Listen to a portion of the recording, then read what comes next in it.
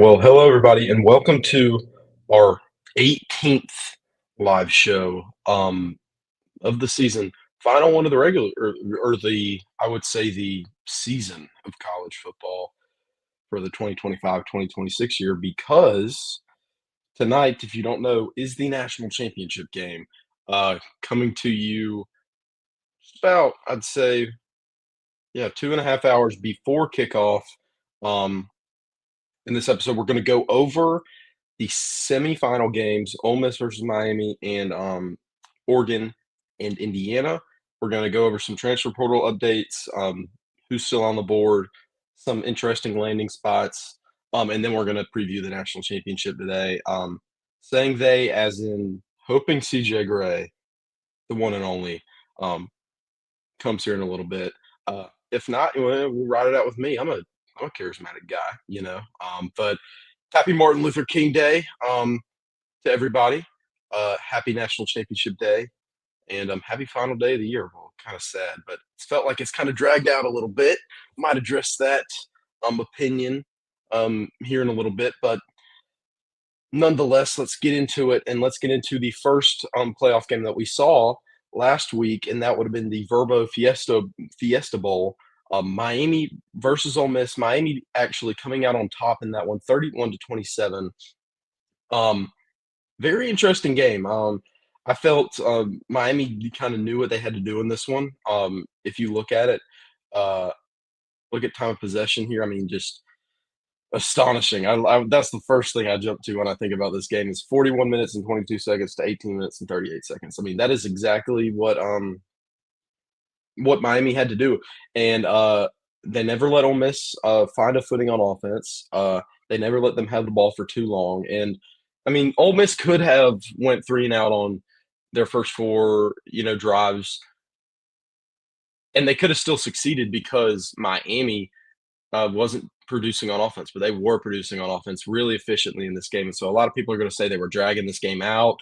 They were hogging the ball. This was just Miami at its best, I felt like, in this game. A very pro-style offense. Carson Beck doing what he had to do in this game. Mark Fletcher definitely doing what he had to do in this game. Third down efficiency was key in this one. 11 for 19, Miami. 2 for 10 for Ole Miss. And I felt like Miami could have blown this one out of the water with a couple of interception drops from their DBs. If you watched in this game, there was about 4 or 5 that I felt like were that close to being – there was one that was this close to being a pick six. There was one that was just straight up dropped. There was a couple that were tipped. Just a lot that could have been, caught for an interception. But Trinidad Chambliss came away with this game with no interceptions. He still managed to give us an exciting fourth quarter. It was back and forth.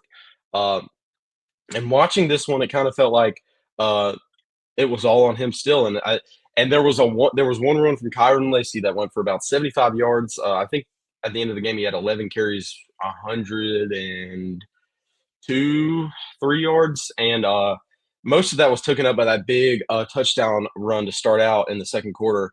And so there was really not that much of a run game for Ole Miss. I think even their chunk, like I think they had 50 rushing yards other than that one big rush play in this game. And so it felt like it was all going to be on Trinidad Chambliss coming into the game, and that's kind of what it was. And this and he didn't really live up to it early, and then he had to dig himself out of the hole, and he got himself out of the hole. But Miami was just super solid, even in the final stretch of this game. If you look at it, just an amazing final drive from a Miami that ended up being the game-winning one. And it felt like it was going to be 15 plays, 75 yards, 2 minutes and 55 seconds, and it was just it was field goal, touchdown, touchdown, touchdown, and then a not good Hail Mary to end the game. So almost as exciting as you could really want out of a football game. And kind of like what I mentioned before, it was a early kind of drudge from Miami. I believe the halftime score was 17-13, but Ole Miss didn't get a touchdown after that big run. They kept pouring on field goals. They weren't able to punch it in. And so Miami it felt like a game that should have been, way further apart between the two teams. It felt like Miami was just killing Ole Miss, but no, that was not the case. Ole Miss just kind of kept in it somehow, some way. They got a couple missed field goals from I think they got one missed field goal from Miami. They got a couple punts. They got just a couple things that kind of to go their way in this game that to kind of keep them going. And so I felt like uh, this could have been a lot worse, like I said. And but credit to Ole Miss, they were able to find their way in the fourth quarter. Um, and I felt like heading into this game, the way it was going to have to play out for Ole Miss to win this one, if it was high paced, if the snaps on offense for them were a lot, and they were able to kind of keep the snap count low. And so I think it was just not how it panned out for them. Even penalties were on Miami's side. They had 10 penalties compared to Ole Miss's 4, and so I think when it comes down to it, it really was just how Miami couldn't finish them in the second and third quarter, and Ole Miss was kind of got back in, and then we had just a great finish, kind of like what I mentioned, touchdown, touchdown, touchdown, and then the Hail Mary that didn't go through, and so I crossed my fingers, and he appears, CJ Gray. You Top. can't see him because he's in camo. CJ Gray, welcome to the program. What Um, is up? What is up? we were just talking about the Fiesta Bowl, Miami versus Ole Miss, and I was starting to wrap up my thoughts on it. So, do you have any thoughts on the Verbo Fiesta Bowl? If I'm being honest, that was so long ago. Let me remember. Um,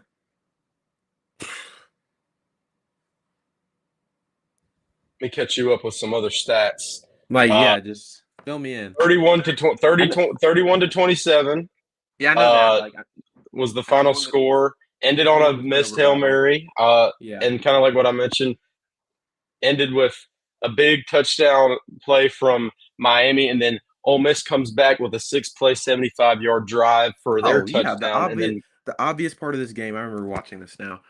Um, yeah, just Miami has been the more physical team to whoever they've played all year, and it definitely showed in the front seven. They ran the ball perfect that night. Ole Miss actually ran the ball well that night as well. Ole Miss played a great game, but I think Miami just being so physically dominant really just carried them to this win.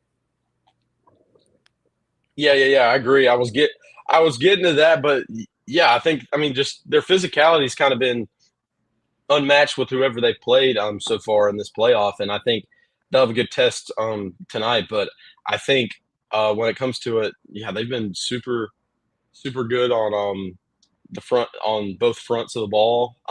Carson Beck's done his job; he hasn't messed it up for him, and that's not a diss on him. That's just you can't do that as a quarterback, and they've ran the ball extremely well, and so I think they were able to execute the game that they wanted to, and they ended up winning the game, and it was close, but um, they ended up winning it, and I feel like it was a good game on both sides of the ball from both teams, and yeah. All right. Well, let's move on to the other game, the one that didn't go as a lot of people wanted it to. The Peach Bowl, a kind of disaster of a game, I don't and think it's there's a starting to kind of. become I mean, it was just a disaster. We can be honest.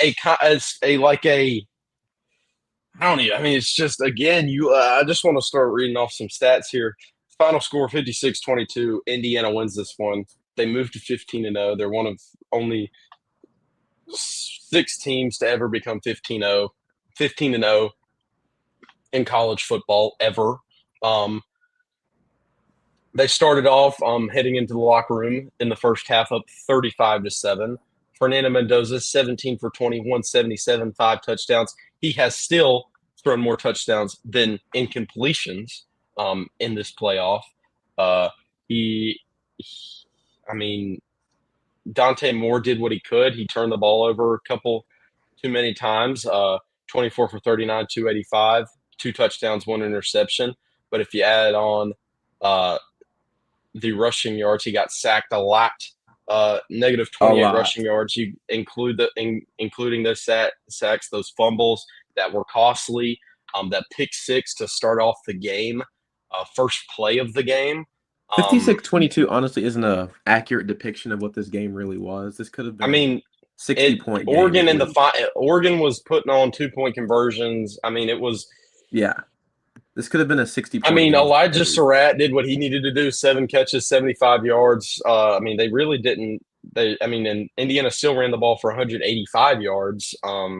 Charlie Becker had a couple big catches. I mean, just this is such. I just love this. I love to stat read when I'm talking about Indiana because they just do everything so well. 11 for 14 on third down, and 8 for 13 for Oregon on third down. And that was something that I mentioned heading into this game was I wanted to see how Oregon did on these third down situations and these fourth down situations. And later on in the game, yeah, they were pretty good in these third down and fourth down situations looking back on it, but it didn't really matter because they were already down Yeah, I mean 28 Oregon was able to points. play Oregon football late in the game, play aggressive, but by that time the game was already been over. This game was over in the first quarter. So Now, what was really interesting was that sequence of drives where so Indiana gets the pick six, and then Oregon marches down the field, and I want to look and see what the it was a 14 play, 75-yard drive,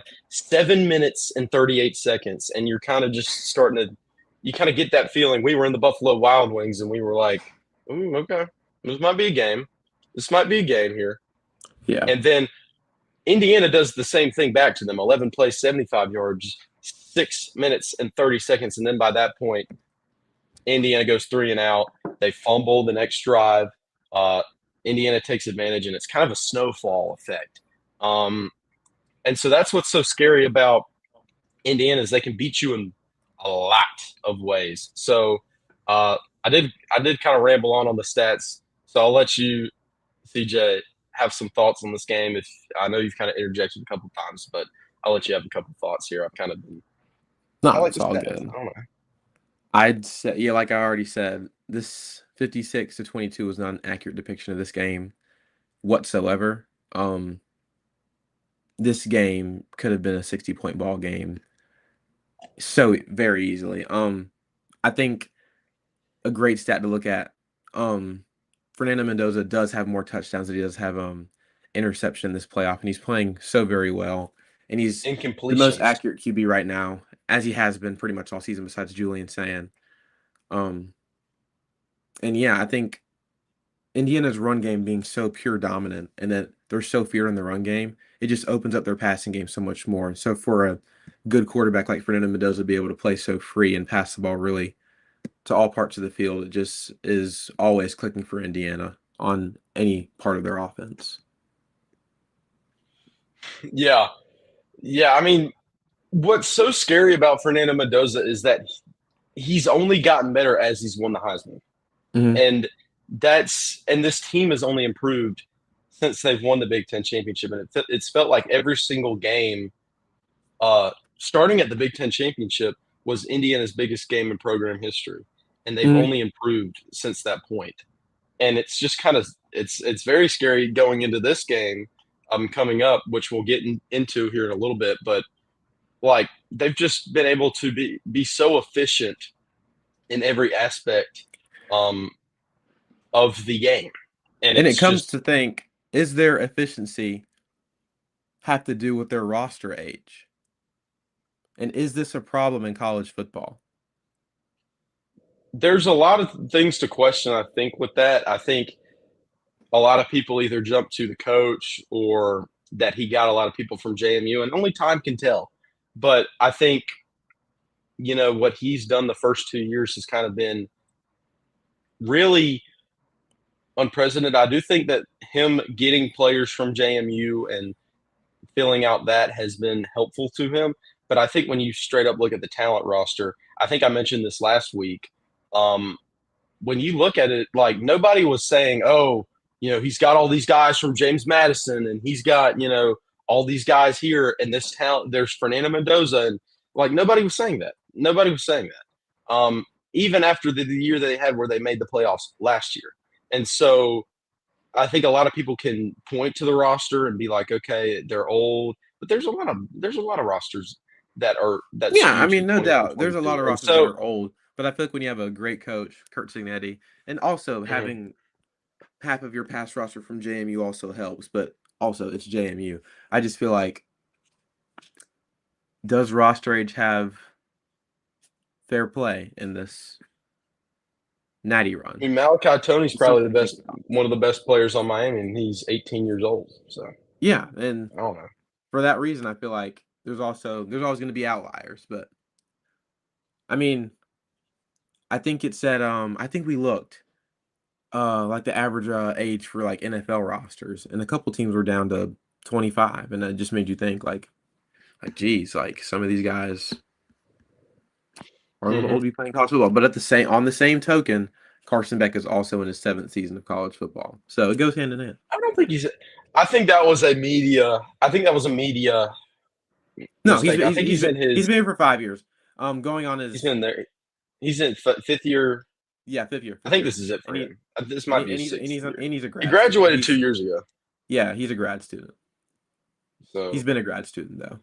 but I mean, they're just working the system.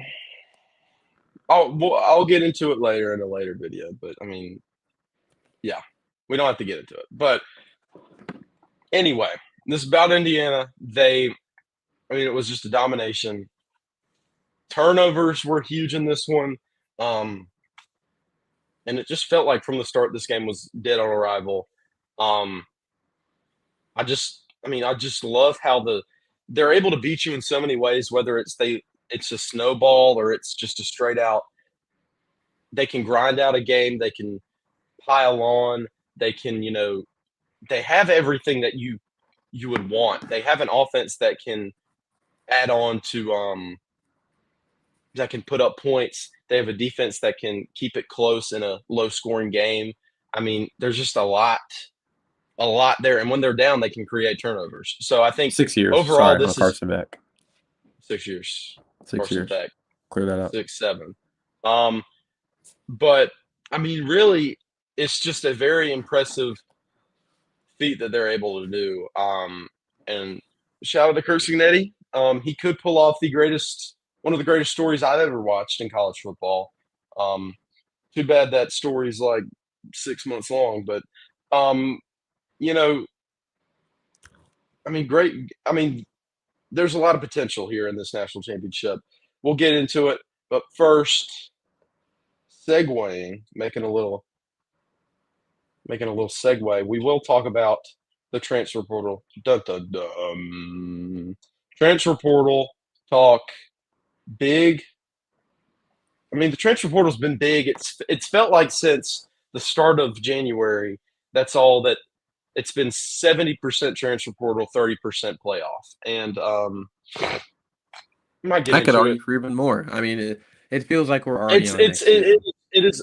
it is ridiculous, but we will get into some of the results here. Cam Coleman being the number one guy, I believe since the last time we talked, who has committed. He went to Texas, so that will be big for Arch coming into year three.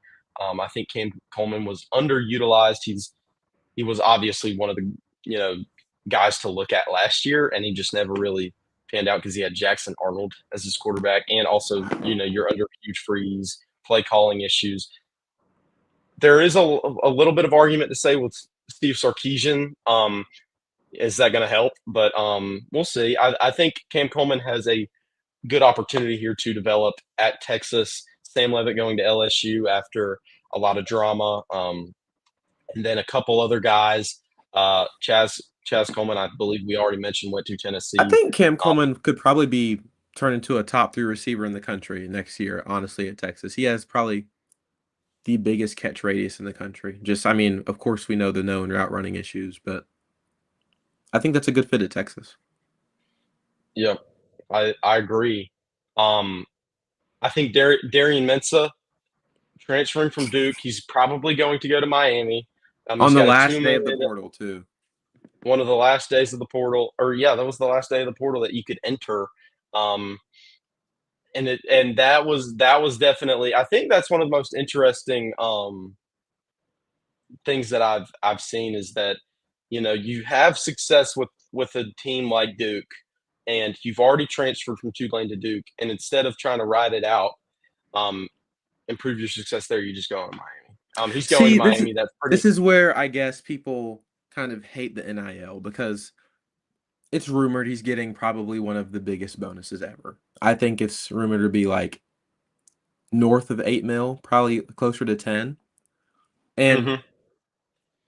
none of us here are passing that up. I mean, like, it's not Darian Mensa's fault.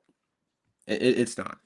But for also on the football side of things, money aside, would you rather play at Miami or would you rather play at Duke? And I think it just comes down to that. Duke did just Yep. win did just play in their ACC championship. While that was given, that wasn't earned.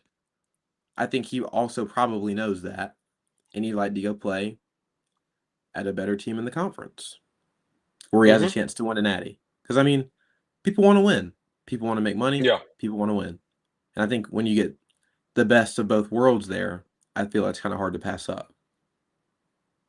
Yeah.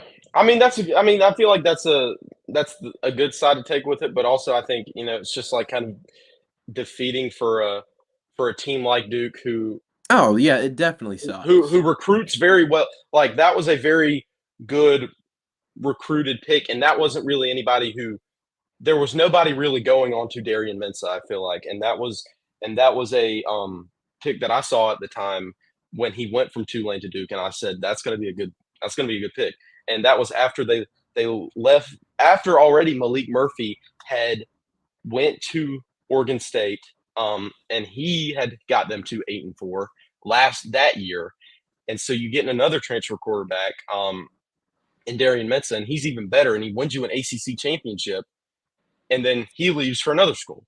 And it feels like for teams like that, for the Dukes of the world, for lower level teams, it feels like you just can't ever win. Um, there's no there's no there's no chance to breathe in the land in this landscape. And so I feel when like you if put in Duke, the go ahead. but like even with I think the transfer portal, if in its best spot, is there for teams like Duke to scoop up guys um, from the portal uh, who have gone undervalued, who have and they can do that on their own. And I feel like that's given. That's hard work. And obviously Darren Mensa wasn't like the an underground pig, but like Yeah, I bet I say mean it's just Darian like Mensa. We all know who Darian Mensa was when he was at Tulane. For those of you that actually watched, Duke didn't make Darian Mensa, but Duke did give no, him a chance, and that's what matters. I think. but I Well, think that's what matters on it the hurts outside your looking in. it hurts the integrity of the sport when you can just I mean hop from team to team, and the teams who put in more work to recruit those guys get punished because they succeeded. And Yeah, if and they don't no succeed, bashing then they Darian get Mensa punished because I harder. feel like 99% of people would do the exact same thing for north of $8 to $9 million. Yeah, It's and it, just it it needs to be fixed. I think, in my opinion, and um, I don't know if it's gonna. I don't know if it's gonna happen anytime soon. A couple other guys who are still on the on the clock. Damon Wilson, Jordan Seaton, I think has been the biggest name. Still on the board. Who I don't I he's visiting Miami. I believe he's visiting Oregon as well. And I think that's going to just be a very interesting spot. I'd like to see how he works in a different system. I think Colorado, uh, the experiment's starting to kind of fall off the rails. Who knows? We'll see next year. But uh, something else I want to get into the Dante Moore decision that happened. Dante Moore decides to stay at I have Oregon. inside. Dylan, I have oh, an he is inside on inside. this. So Okay. one of my teammates for the Angels, we just talked about this probably a couple days ago before I came home. Because he's in the same agency as Dante Moore, and it was already rumored this is going around, but apparently he was quarterback one in this year's draft. I think he got bumped, and it's looking like Fernando Mendoza is really quarterback one in this upcoming draft now. And I think the Jets really wanted Dante Moore, but Dante Moore did not want the Jets, and I think that bonus would have been closer to around 50 mil, and I think he passed that up and went with 7 mil to stay at Oregon this past year because he did not want to play for the Jets. So, Mm, yeah. that's rough. Yeah, and that was kind of rumored around. That was kind of rumored. Kind of how he just didn't want to go to the Jets. But yeah, that makes sense. I feel like just with just gamble another year and see what happens. But then also, I mean, yeah, because something it's not bad all could about happen at money. Oregon, and now also Dylan Raiola goes to he goes to Oregon, Oregon, yeah. and what's going to be very interesting is if they slip a little bit, and you have Dylan Raiola right there too, and the quarterback play is not there from Dante Moore, and what happens there? It's definitely a That's huge just it's going to gamble, be and that's a very what if because we're in yeah, January, but it feels like we're already in the off season. So yeah. I like to make those little hypotheticals. Like I feel like take your 50 million. I feel like for me, you could make the Jets something, but and I would go for 50 million. I like the challenge, but if I was, a quarterback, but Yeah, I mean, I that's just me. definitely feel I mean, because in pro sports there's bad orgs. I mean, Hmm. there's no nothing around it, but I feel like being quarterback number 2, probably number 2 player off the board, I don't know, maybe it's something you stick out, but who knows the following year he may be QB1, Even but like you know even how if college worst football case, is, anybody could blow up, and he could be hmm QB5 this next draft, and he could slip to the second round. oh yeah, And just is imagine it like just comes down to, is around 20 million worth like, I mean, is it worth losing a 20 million or so if it could happen just to go to a better organization? imagine like look at situations like with Cade Klubnik, Drew Aller.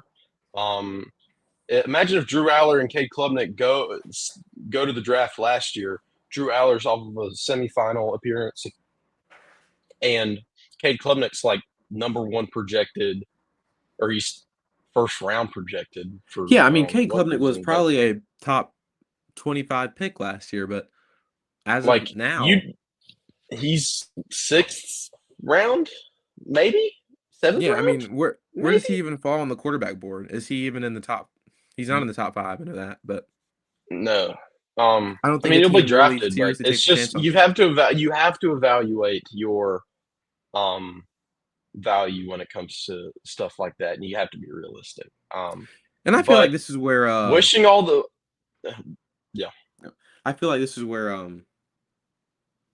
agents kind of hurt their clients. Um, Hmm. for speaking from someone who actually has an agent, I feel like a lot of agents hurt their clients um, by turning down opportunities like that. Because I mean, we're fortunate enough to not come from where some of these guys come from, but some of these people really don't need to be skipping out on 20 million, regardless if they go to the Jets or not. Yeah. Not saying Dante was one of those people, but just saying probably the average person shouldn't pass that Dante up and Moore's should still probably bet on staying, but themselves. Yeah. yeah, yeah. I agree. We will wrap up this transfer portal talk. Uh, we will get into a more in-depth look on it in the off season. We'll kind of go over. We'll start to go over each conference's kind of overall. We'll go over transfer portal reports. That'll be something fun we'll do in the off season. Uh, but for that, we will put a bow on that, and we will now head to national championship talk in 2 hours. Was looking at my MacBook clock. Um, we will have kickoff of the national championship. And what the first thing I want to talk about is that it is January 19th. and it is too dang late to be having this national championship. I feel That's like true. like this it is dragged on. You're this is probably not the first time you've heard this, but this has kind of dragged on for um way too long, and it's felt like it's everything shifted to the NFL now. Kind of me included now too, because I was a Jags dude. I've kind of been locked back in because the Jags got knocked out by the Bills. But um, I think I want to ask you, CJ, what are your thoughts on uh, first off the positioning of the national championship game being on the Monday, being on January 19th? Like, what are your thoughts on that? What are your feelings towards it? I was gonna say I kind of agree with you. I kind of switched over to the NFL, and I am, for one, not. I'm not an avid NFL watcher. I love college football. I watch it probably most of the time out of the year, even in the off season. I'm probably not watching an NFL game any Sunday, except if it's the Panthers. I'm a Panthers fan, and yeah, I just feel like the season is a little bit long. Obviously, I love it. I watch college football. It gives us more to watch, but I feel like the quality of football sometimes dips because of it. And I feel like a lot of these weeks we aren't even really getting football. It's more of the suspense of watching football just because of like the two bye weeks or like how we space out the national championship. Like this didn't have to wait till this Monday. This could have been played. I mean, even 2 days earlier at the latest. I just feel like Mhm. just Well, the no, way no, no. they're You kind of can't do that spacing out. because the NFL is doing their divisional round. So you can't do that because the NFL's like because no, because like the NFL's so good. The NFL's so good. Yeah, and honestly, hot take, the NFL just isn't as great as an atmosphere as college football, and I think people probably know that. Um, Yeah, I mean, they even took away kickoff. It's not even real football anymore. Like it's I don't know.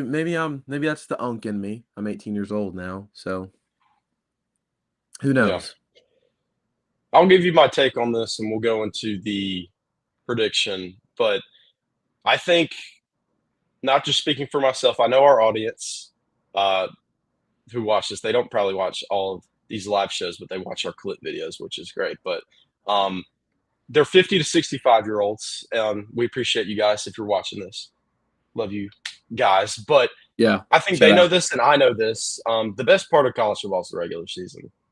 Yeah. Anything else is just extra. And I feel people are starting to learn that when you add on more of a good thing in anything in life, it gets to be bloating. It gets to be um, not as good as um, you once thought it was. And so that was the argument that I kind of kept hearing when I said, let's just keep a 14 playoff. I think that's okay. It's not perfect, but I think it's better than what the 12-team playoff will be.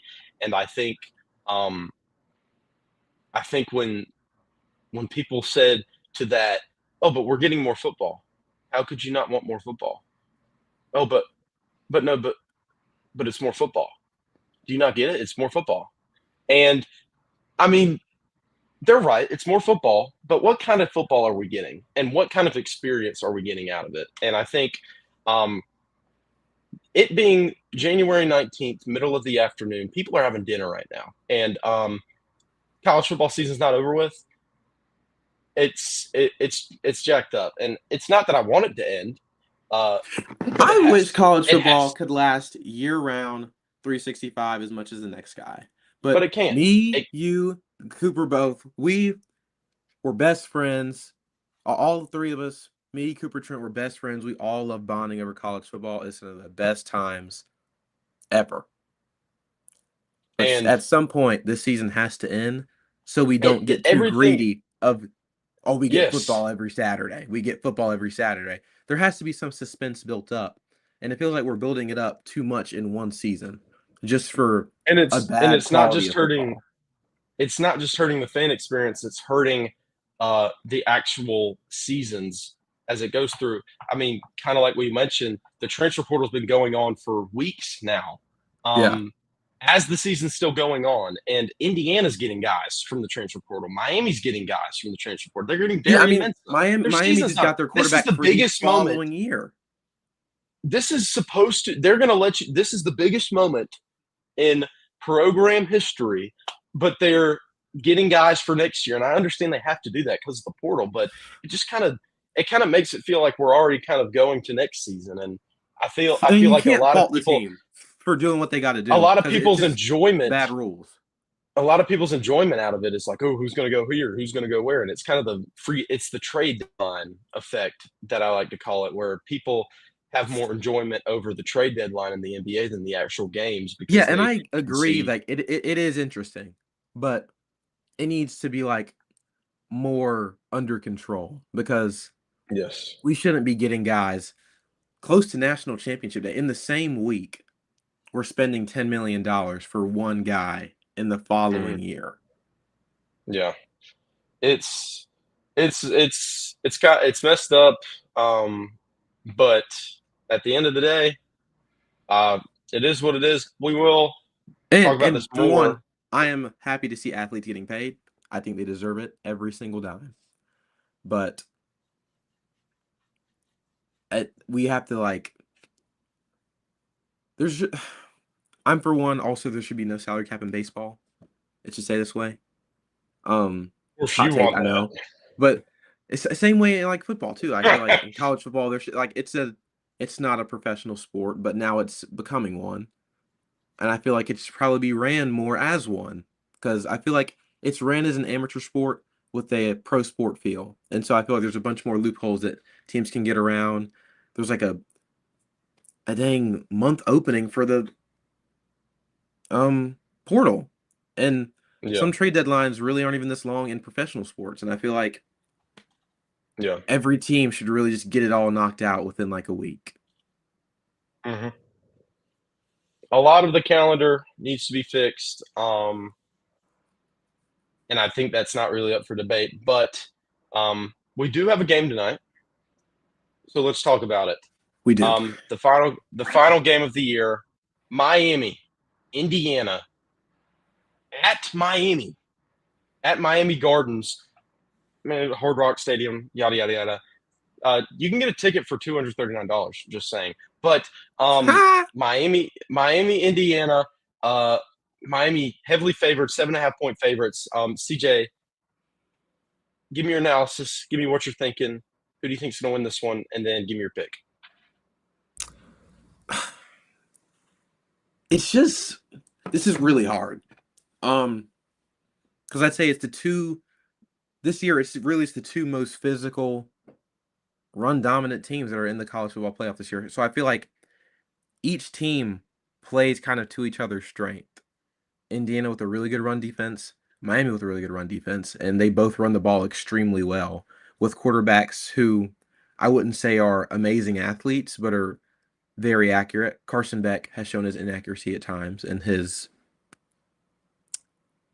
lack of maturity sometimes as a quarterback, even though he should be mature to 6 year. Anyways,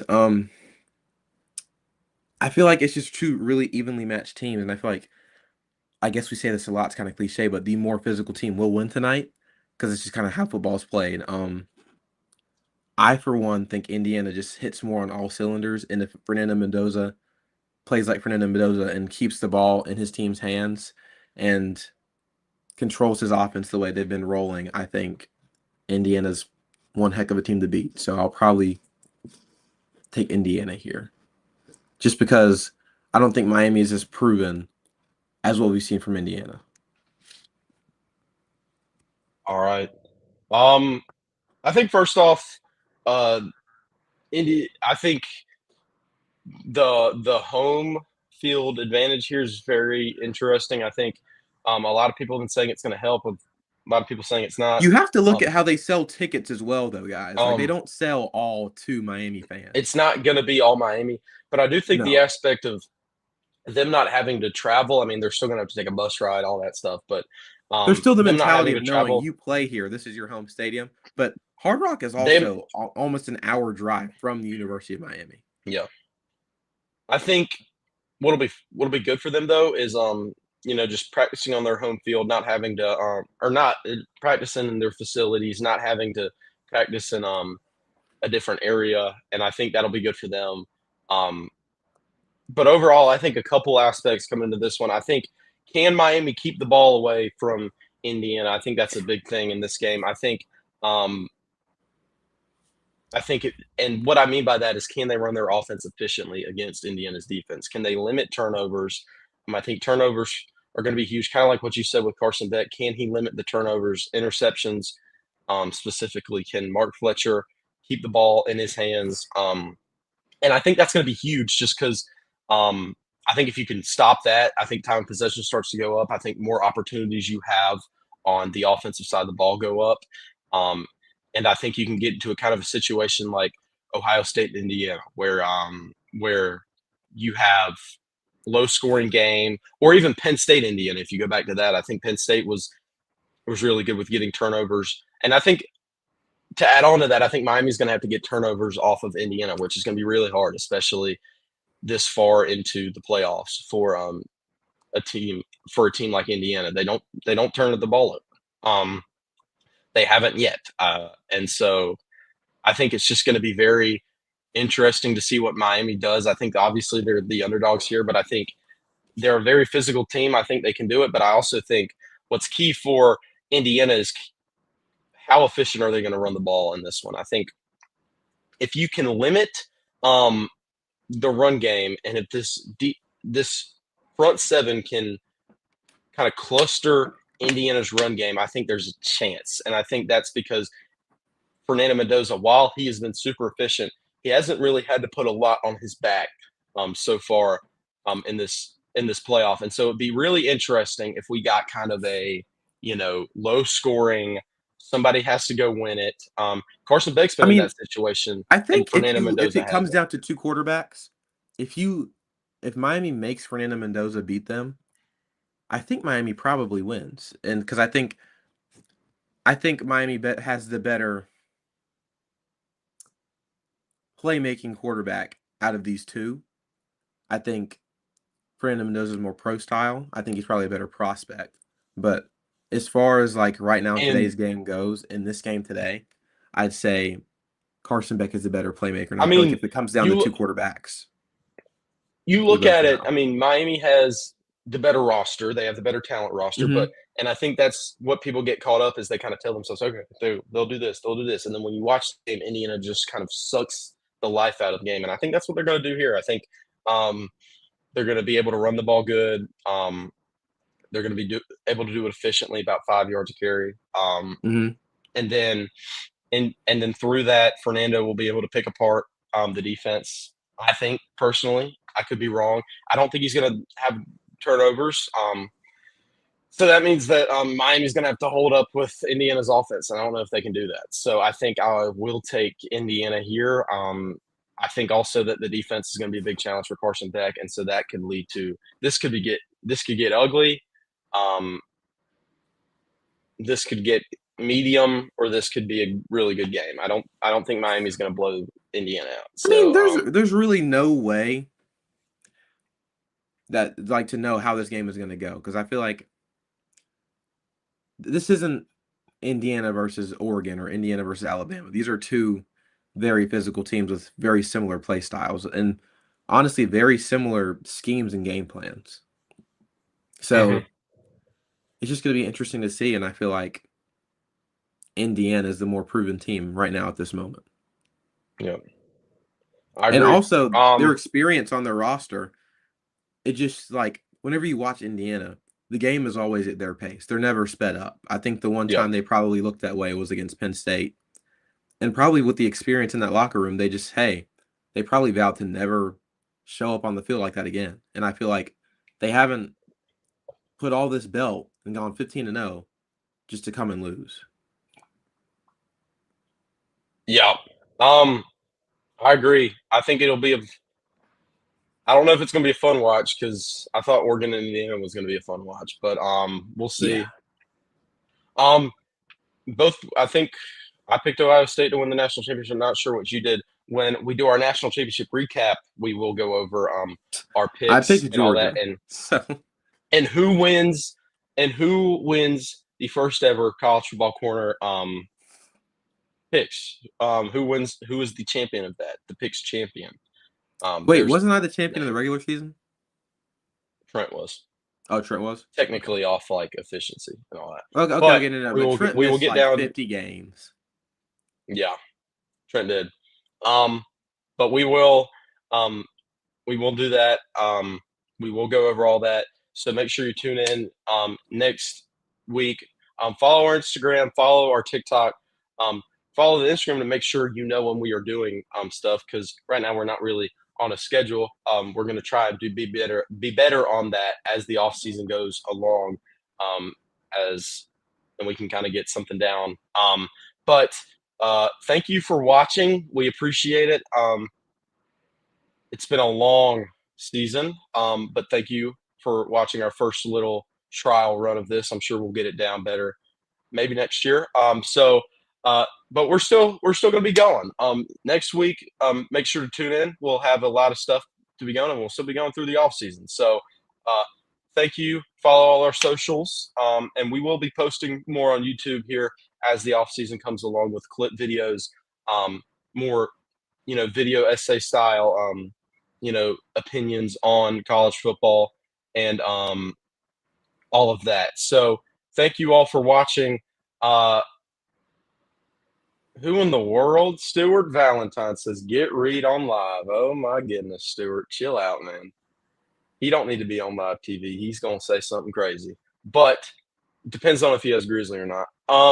Thank you all for watching. CJ, any other final thoughts? Go Balls. I don't really care who wins tonight. And thank you to all our viewers. Love all y'all. Thank you. Go Tigers. Go Tigers. Um, we're 18th in basketball. Maybe this will be a basketball show. We're not doing good in football. Thank you all for watching. Happy Martin Luther King Day. Happy National Championship Day. And we will see you later. Peace.